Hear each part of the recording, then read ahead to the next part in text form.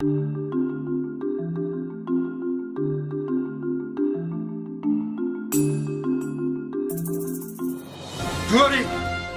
And now, oh, no, that's the wrong beginning, isn't it? Hi, everybody. I'm Dave Talbot. And back when I was a kid, I had polio. And it really messed up my left leg. But I recovered really well and then had the opportunity to do everything physical I possibly could in my recovered years. And then probably about 12 or so years ago, I started to get post-polio syndrome. At the same time, I was working in Uganda on a documentary film, and I saw a tremendous need for mobility equipment while I was there.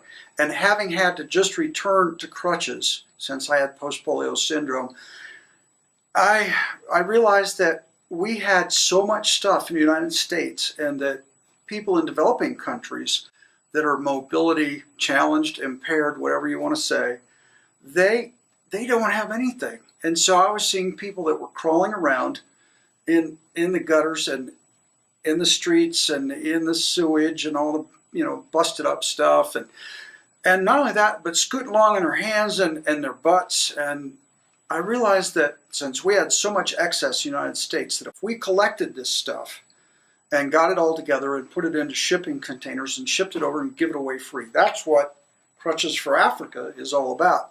So there's a tremendous amount of interest in wheelchairs. That's what I saw there, was that there were so many organizations that were building and delivering wheelchairs there in Africa.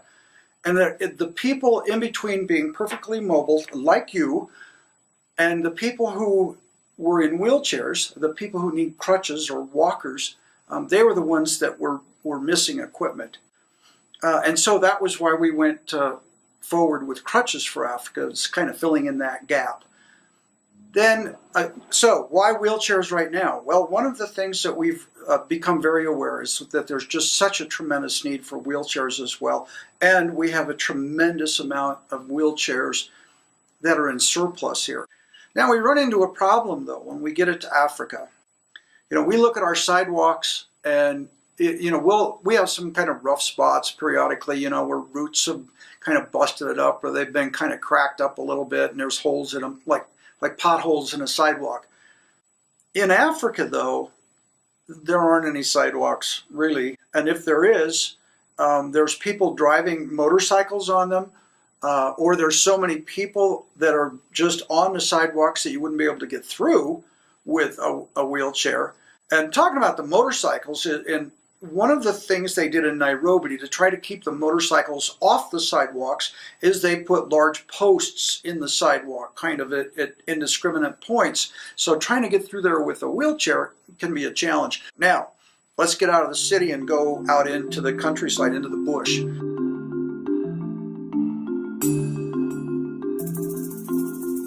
Oh, are we rolling? Okay, so let's see, where were we? We were in the bush, weren't we? A lot of times the compounds that people live in are a group of huts that family members all live together in. That is always pretty well packed down because people have been living in these little communities forever. So it's almost like pavement. So that's actually that's one of the better situations for people with wheelchairs. But moving anywhere outside of that, we start to run into problems. Some of the things that I see are the wheels is part of the problem. I really would like to see some sort of an independent suspension, something where the one wheel would go up a little bit, not tilting, but would actually be able to do this kind of motion. And again, we got to keep it simple. I don't want to box you all in and tell you what it is that I want. I want you to open up and find what it is by experimentation on things that you can do, changes that you can make. Thanks so much for your help. I look forward to meeting all of you, and be nice to your teachers. And that's the truth.